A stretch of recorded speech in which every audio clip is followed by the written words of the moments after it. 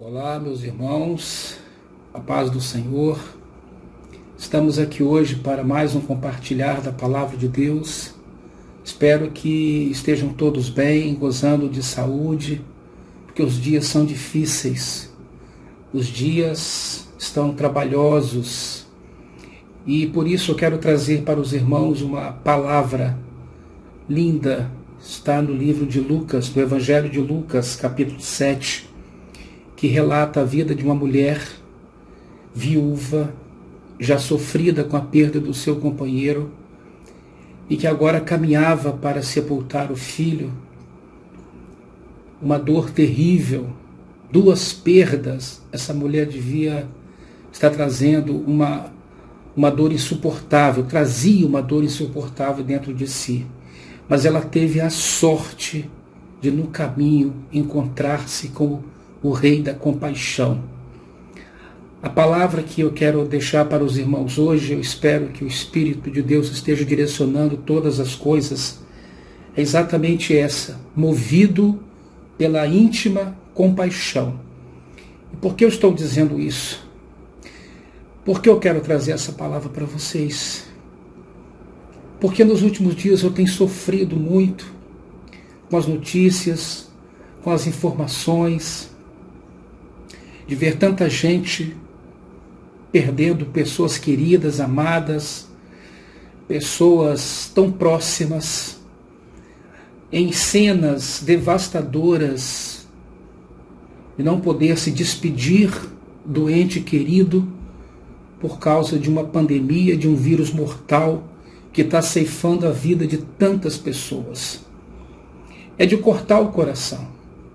Aquela mulher poderia estar inserida num contexto desse. Ela poderia ter perdido o seu marido e também o seu filho por causa de uma praga, de uma pandemia, ou de uma epidemia, ou de uma doença dessas que era tão comum nos tempos de Jesus. Pestes.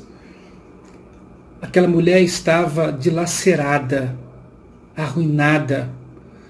Mas eu quero dizer para vocês que em Naim, chegando a Naim, estava aquele que poderia mudar a sua história.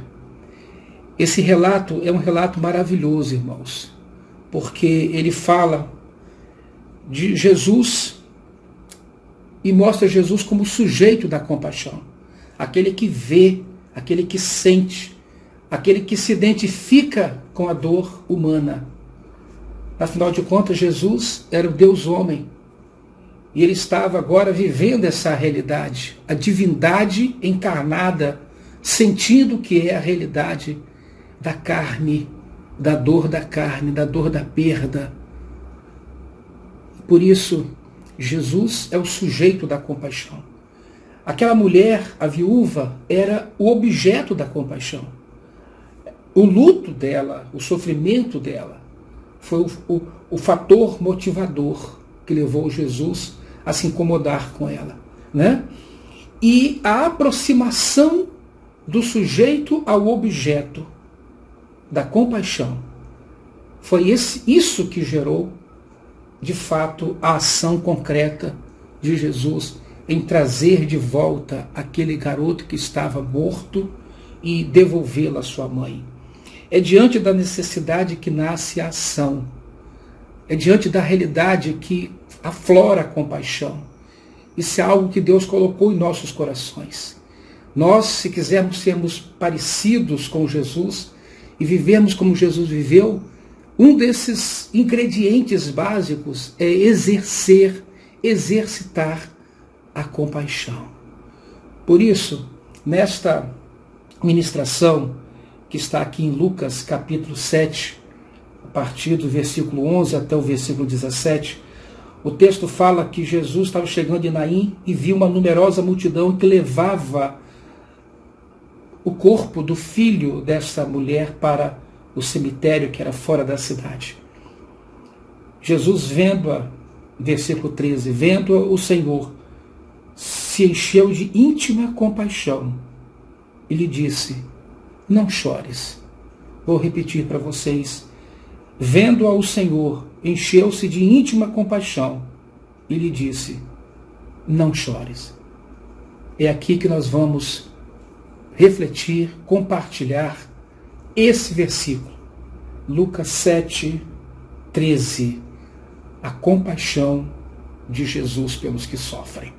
Neste versículo, nós temos 3 ações, praticamente são 3 verbos que falam de como a compaixão vai nos levando à ação, como ela vai sendo gerada no nosso interior. É interessante falar aqui que o texto fala que Jesus foi movido por uma íntima compaixão.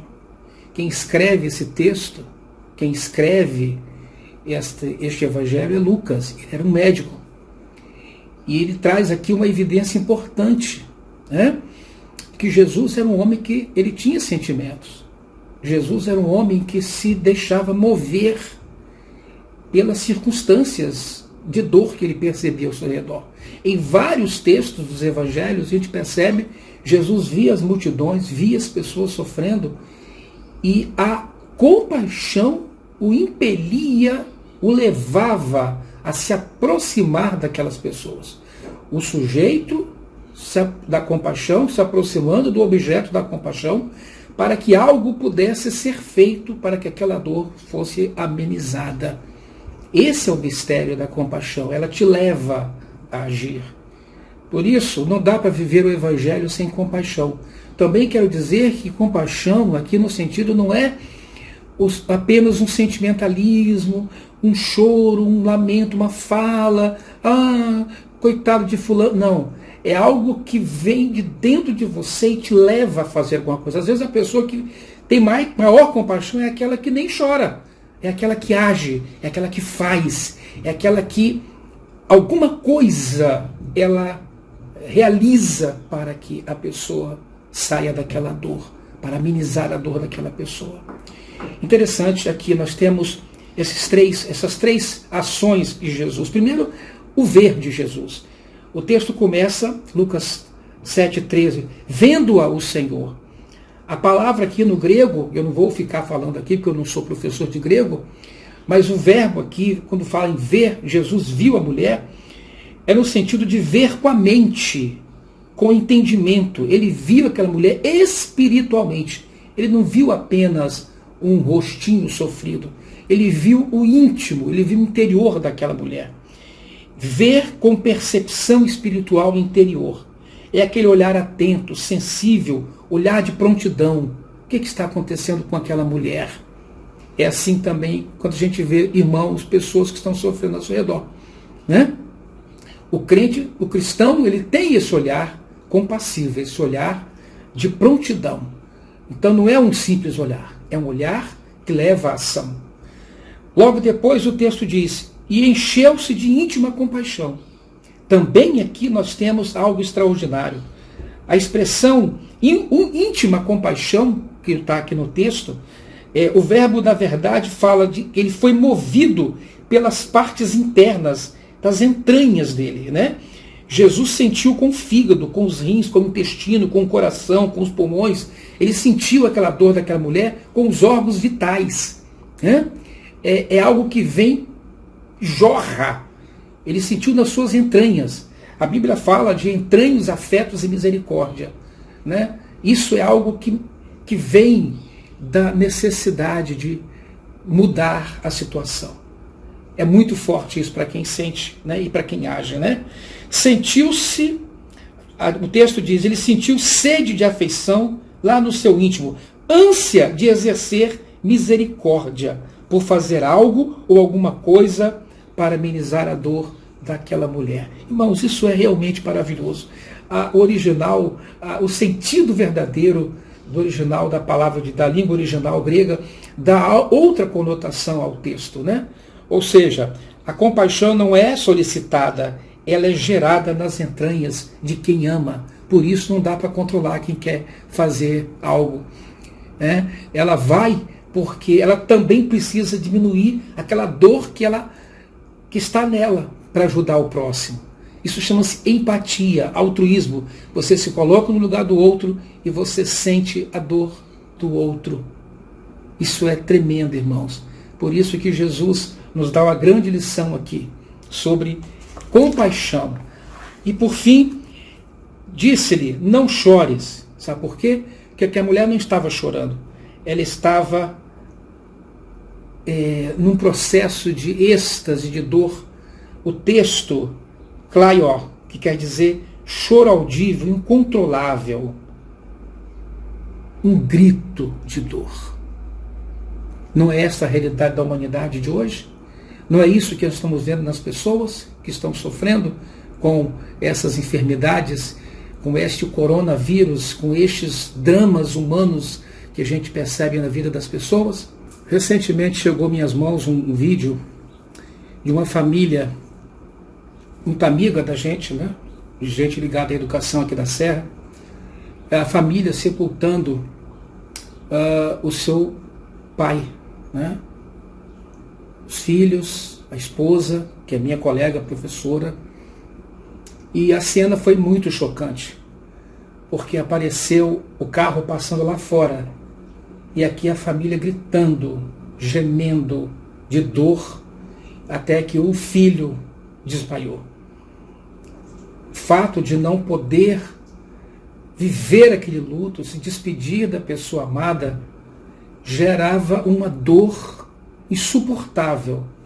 Tem gerado uma dor insuportável na vida dessas pessoas, dessas famílias, dessas mulheres, desses filhos, desses pais que estão perdendo pessoas tão queridas.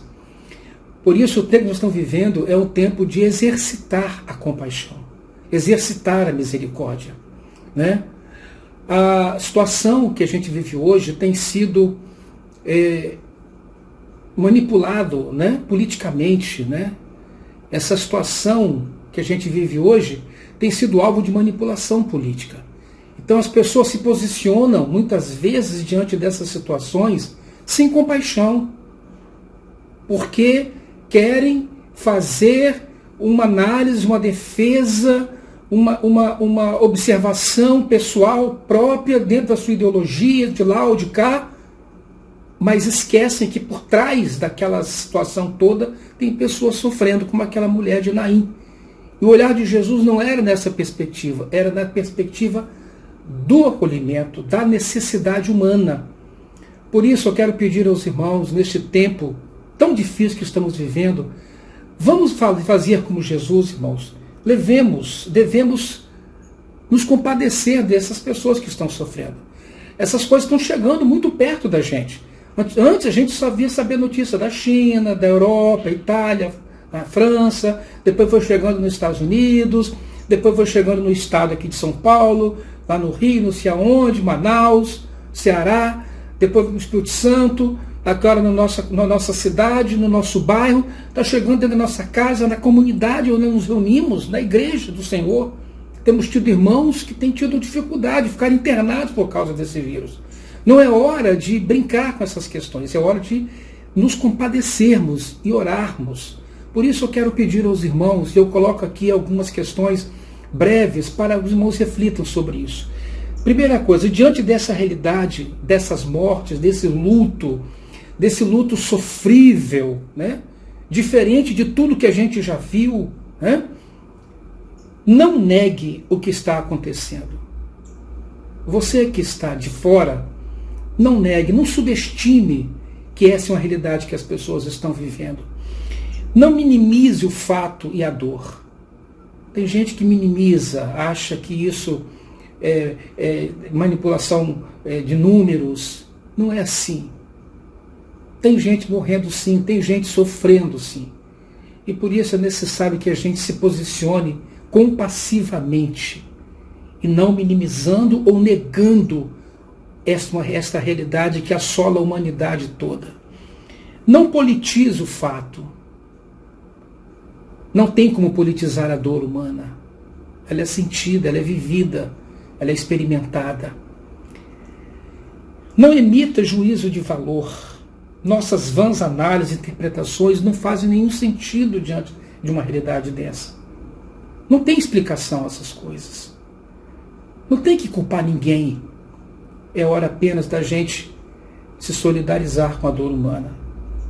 suspenda a crítica, suspenda os seus posicionamentos, né? Por isso, eu quero pedir, como servo, como igreja de Deus, nós precisamos tomar a atitude que Jesus tomou. E qual é a atitude que Jesus tem na hora dessa? Acolher, cuidar, se compadecer e oferecer afeto e compaixão. Cuidar de quem está sofrendo. Por isso que, na palavra de Deus, Jesus deixa bem claro isso quando ele olha para a mulher, ele sabe o que ela está sentindo e que naquela hora minimizar, criticar, negar, emitir juízo de valor, por que ele morreu, também por isso, por aquilo, podia acontecer, se ele fizesse, não tem o que falar, não tem o que questionar, apenas ofereça o seu cuidado, sua palavra, o seu afeto, o seu abraço, a distância, e cuide, neste momento, de quem está sofrendo. Isso fez Jesus. A viúva de Naim sabe muito bem, aprendeu e soube muito bem o que é a misericórdia divina. Seja o rosto de Deus, o olhar compassivo de Deus. Exercite a escuta compassiva de Deus. E, por fim, seja a boca de Deus para consolar os que choram, os que sofrem. Deus abençoe, tenha uma semana abençoada e medite no texto de Lucas capítulo 7, de 11 a 17. Que a compaixão de Deus esteja sobre todos vocês. Em nome de Jesus. Meu abraço a todos, irmãos. A paz do Senhor.